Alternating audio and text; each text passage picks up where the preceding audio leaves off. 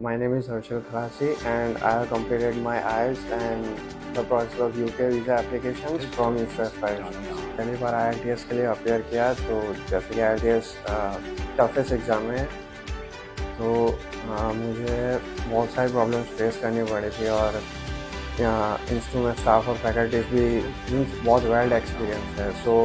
and after IELTS जब UK का process के लिए टाइम आया था जब स्टार्ट करनी थी सब प्रोसेस तो वो भी एकदम स्मूथली हो गई थी और वीज़ा जस्ट 5 to 7 डेज़ में ही आ गया था सो सब बहुत एकदम स्पीडली हो गया था एंड टाइम पे भी so it was all done for me and कोई भी बीच में प्रॉब्लम आई तो फैकल्टीज और स्टाफ थे वहाँ पे हेल्प करने के लिए सो प्रॉब्लम उतनी नहीं